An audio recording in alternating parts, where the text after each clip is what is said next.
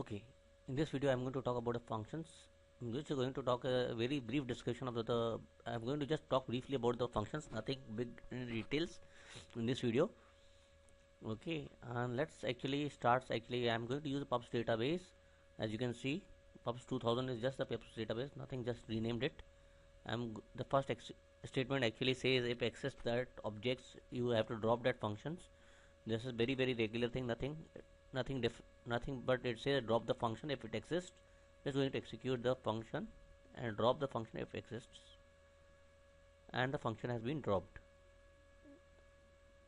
Now this is how you create a function. It is a little different from the stored procedure.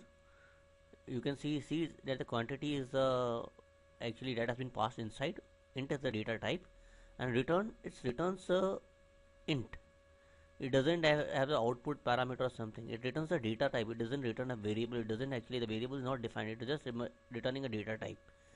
And the best part of the function is that you can use it in the select statement, while this procedure you cannot use it in the select statement. Remember that is a very big difference. Otherwise mostly they can do all the things similarly, but you cannot use a stored procedure into the select statement, while the functions you can be used in the stored procedure functions can be used in a select statement, just like any other function like max, min, and any aggregate functions or any other functions. Now this is it says create function calc commission. It's as calculating the commission, but actually it's not doing much. It's just actually assigning a variable, but the calculation can go on into it if I pass the other parameters also. But right now I'm just going to show you how to actually how the variable is being assigned and how it will be returned. And the quantity at the rate quantity is the local data variable that have been defined, and it returns the int as begin. Now here is declare at the rate perc, that percentage int. This is the local variable declared, and if at the rate quantity less than 80, then begin, then set the percentage to the 5. That is setting the percentage to the 5 and end it.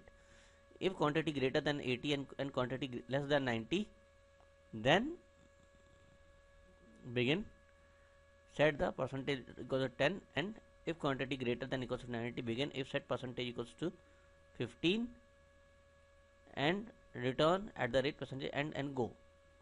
This is a very simple select skill function. This is a very simple function. It will return the percentage in the end. Let's go and execute the function. First let's create a function.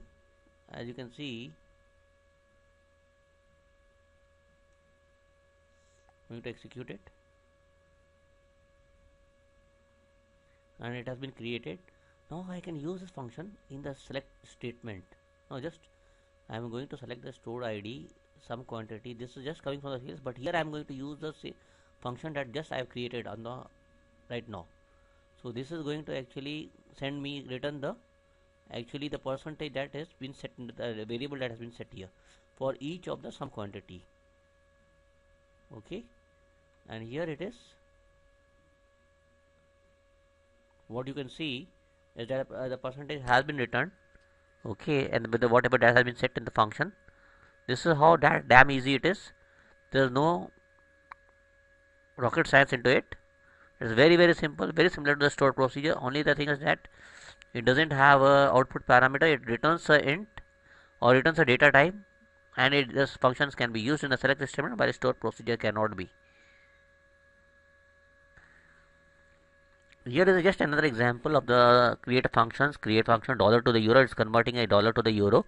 Add dollar money, returns money as begin. Select declare at the rate euro money, and then it's setting the euro equals to dollar divided by 1.10. That's actually what the euro, what are you expecting about the euro, and it returns the euro.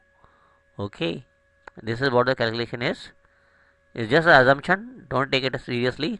Okay, just calculating the dollar to euro, and I'm going to execute this function. Basic idea is to show you how to actually create a function and use it in a SQL. Okay, it already exists, so not a problem at all. Okay, the only thing is that I've already created it, but this is how it should be. And actually let's go and run the function and see. here it is. As you will see that it has returned 10, 100, 100, and when we have passed 110, because it is divided 110 by 1.10, so we get a 100. Okay, that's how. This is how, very simple. Okay, I'll just enter the function here, and maybe in the next video I'll carry on in a very details in the function.